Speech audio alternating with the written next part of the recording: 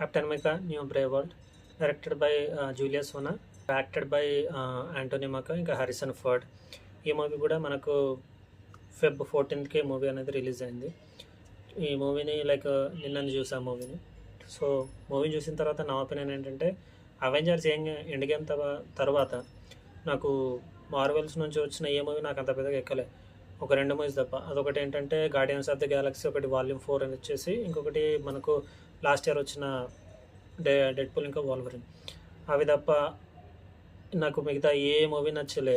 అది doctor strange కావచ్చు, లేకపోతే బ్లాక్ విడోనే కావచ్చు, ఇంకా ఇప్పుడు ఈ మూవీ కెప్టెన్ అమెరికా అది న్యూ బ్రేవ్ వరల్డ్, ఈ మూవీ కావచ్చు. ఇది కూడా నాకు ఆ కోవలోకి వస్తే ఈ మూవీ కూడా నాకు అంత పెద్దగా ఏం నచ్చలే.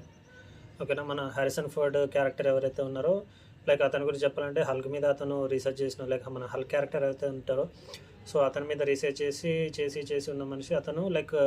ఒక సోల్జర్ అన్నట్టు, అతను ఒక మేజర్ లాగా.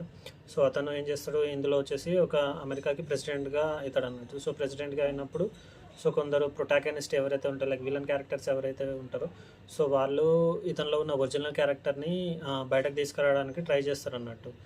సో వాళ్ళు కూడా ఎందుకు ఒరిజినల్ క్యారెక్టర్ని బయట తీసుకురావాలని చూస్తారంటే, వాళ్ళని మన హారిసన్ ఫోర్డ్ ఎవరైతే అమెరికన్ ప్రెసిడెంట్ క్యారెక్టర్ ప్లే చేశాడో, సో వాళ్ళని ఆ విధంగా టార్చర్ చేస్తారు అన్నట్టు. సో ఆ టార్చర్ చేసిన తర్వాత వాళ్ళని ఇతని లోపల ఉన్న ఇంకో క్యారెక్టర్ బయటకు వస్తాడు. బయటకు వచ్చిన క్యారెక్టర్ ఎవరో కాదు, హల్క్ అన్నట్టు.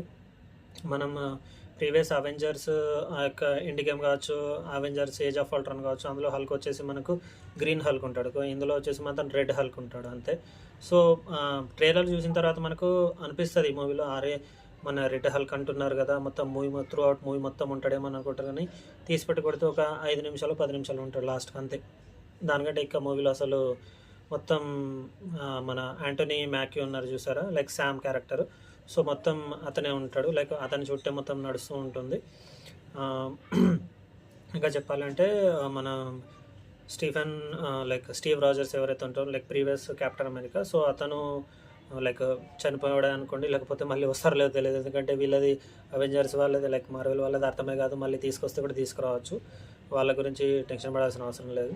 సో అతను వెళ్ళిపోయిన తర్వాత షీల్డ్ అనేది ఇతని దగ్గరికి వస్తాయి. ఇతను ఫాల్కన్ సోల్జర్ నుంచి మళ్ళీ కెప్టెన్ అమెరికా వస్తాడు. మళ్ళీ ఫాల్కన్ సోల్జర్కి వేరొక క్యారెక్టర్ వస్తాడు, అతని పేరు నాకు అంత గుర్తుకు లేదు.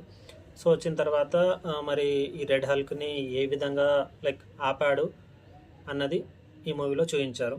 ఓకేనా.